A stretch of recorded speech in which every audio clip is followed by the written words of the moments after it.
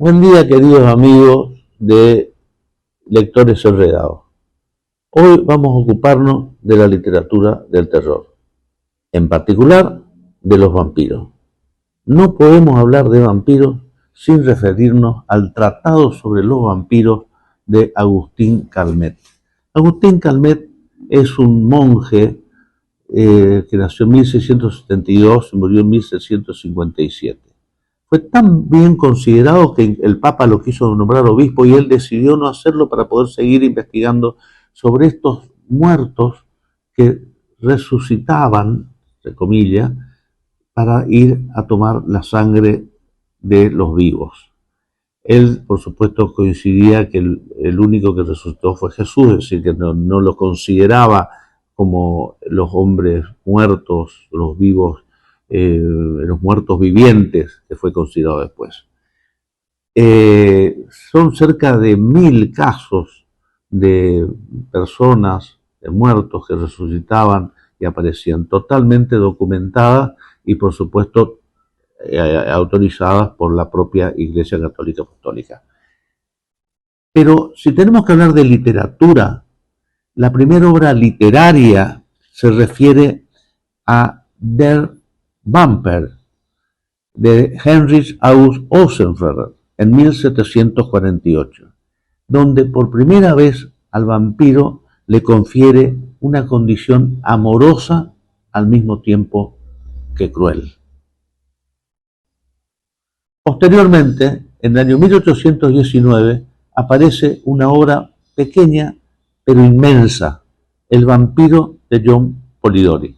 Como todos sabemos, fue una reunión entre Lord Byron, Mary Shelley, la famosa escritora del Frankenstein, y Polidori. Polidori escribe sobre el vampiro y aparece por primera vez el vampiro seductor, que se introduce en la sociedad londinense de esa época y seduce a las mujeres, etcétera, etcétera, etcétera.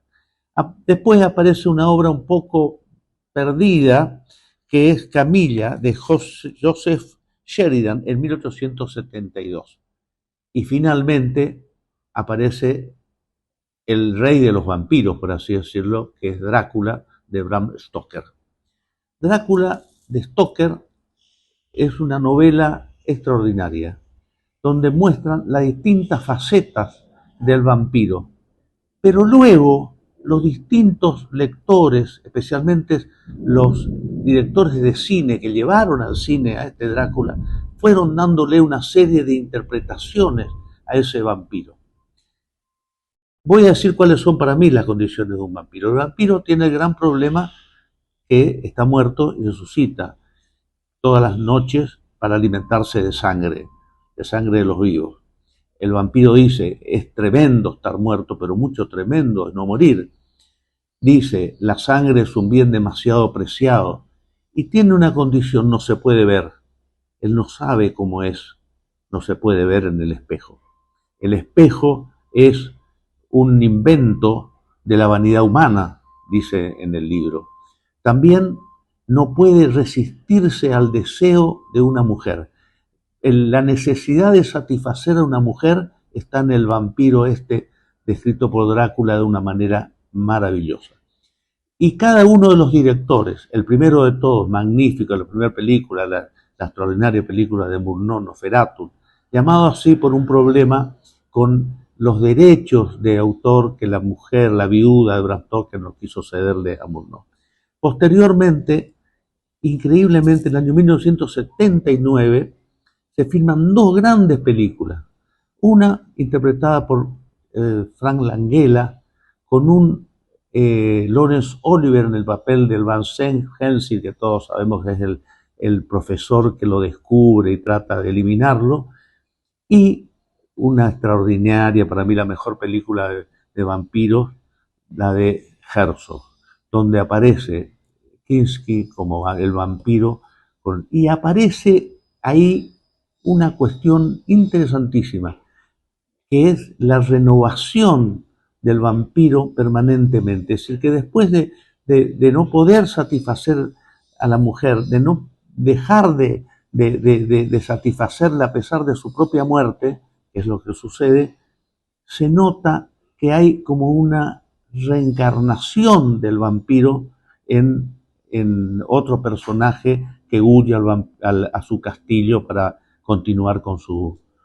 vida de muerte. Bueno, ¿qué pasó entre esa obra magnífica de Murnau y las dos obras estas que comenté de Langella y de Kinski en los papeles de Drácula? Una serie de películas de Hollywood donde estaban interpretadas, por ejemplo, por Bela Lugosi, donde para asustar solamente se escondía detrás de una cortina y la gente temblaba de miedo. O Don Chanel, que entraba a las casas de sus víctimas y olía unas flores y se ponían marchitas.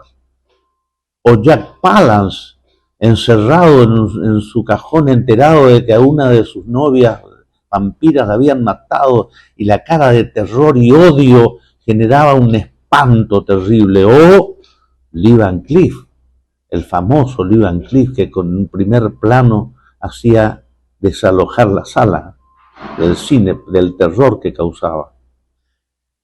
Pero finalmente aparecieron una serie de otros vampiros, ¿no es cierto? Las hijas de Drácula, el hijo de Drácula, series que fueron desmitificando ese terror necesario que tenía el vampiro.